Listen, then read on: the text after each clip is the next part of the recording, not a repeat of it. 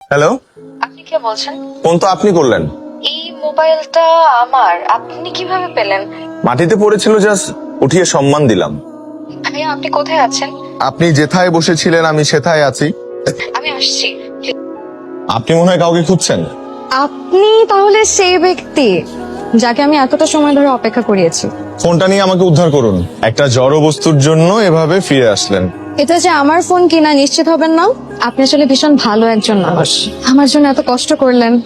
আমি কি আপনার সাথে এক কাপ চা খেতে পারি? আরেকদিন যেমন আপনার সাথে যদি আমার আবার কখনো দেখা হয়, চা না, আপনি আমাকে তেহারি খাওয়াবেন।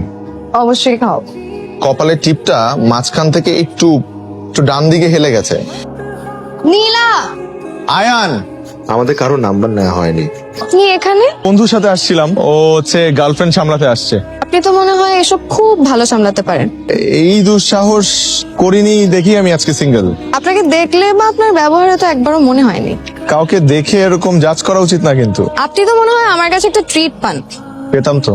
চলুন আজকে আপনাকে তেহারি ট্রিটটা দিয়েই ফেলি। আপনার ফ্রেন্ডকে বলবেন না? গার্লফ্রেন্ডকেই সামলাচ্ছি। এভাবে বসেছেন কেন? পড়ে যাবেন তো। না, আমি ঠিক আছি। এই জন্যই বলেছিলাম ভালো মতন বসুন। মামা, কেউ যদি একটু হাত ধরে বসতো তাহলে পড়তাম না, বুঝছেন? ধরে যেতে কর না। কেমন? এটা আমারও খুব পছন্দের খাবার।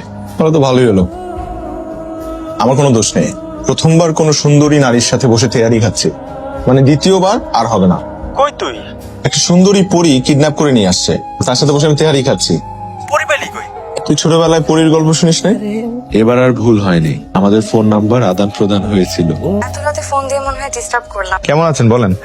আমি আলহামদুলিল্লাহ ভালো আছি। আপনি কেমন আছেন? ভালো আছি। কাল তো শুক্রবার, আপনি কি বিকেলে ফ্রি আছেন? কালকে আমি আপনাকে ট্রিট দিব। ওকে, ডান। টানটা বেড়ে চলেছে, শুধু মুখের ভাষায় প্রকাশ করা হচ্ছে না। মোবাইলে ছোট ছোট লেখা পাঠাতাম, যা পড়ে নীলা বেশ প্রশংসা করত, আমারও ভালো লাগতো।